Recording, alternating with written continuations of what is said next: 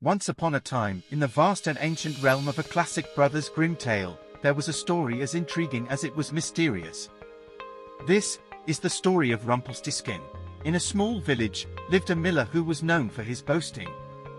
One day, in a conversation with the king, he bragged that his daughter could spin straw into gold. The king, a curious man eager for riches, decided to test this astonishing ability. He ordered that the young woman be brought to the castle. He took her to a room full of straw and told her that if she did not turn it into gold by morning, she would face death. The young woman, desperate and terrified by the king's threat, had no idea how to accomplish the impossible task. With no other option, she began to cry. Suddenly, a mysterious dwarf appeared before her. With a raspy voice, he offered to help spin the straw into gold, but in exchange for something of value. Desperate, the young woman gave him her necklace. The dwarf fulfilled his promise and, by dawn, the room was filled with gleaming gold instead of straw. The king, amazed but not satisfied, decided to test the young woman again. He took her to an even larger room filled with straw and demanded that she turn it all into gold. The mysterious dwarf appeared once more.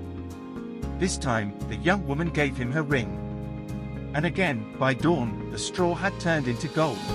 However, the king's greed knew no bounds. He ordered that the young woman be taken to an even larger room, overflowing with straw.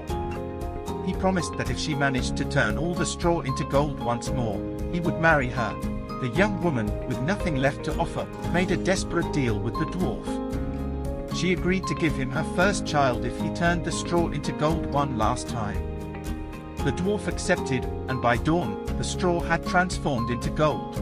The king, true to his word, married the young woman. Thus, she became the queen of the kingdom. After some time, the queen gave birth to her first child. But happiness was fleeting, for the dwarf returned to claim his reward. Desperate not to lose her child, the queen pleaded with the dwarf.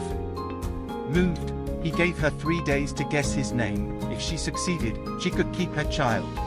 The queen sent her messengers to spy throughout the kingdom. One of them heard the dwarf singing his name in the forest, Rumpelstiltskin. On the 3rd day, the queen revealed the name to the dwarf. Enraged and defeated, he vanished, never to return. Thus, the queen and her family lived happily ever after, having learned that greed and deceit never lead to a good end.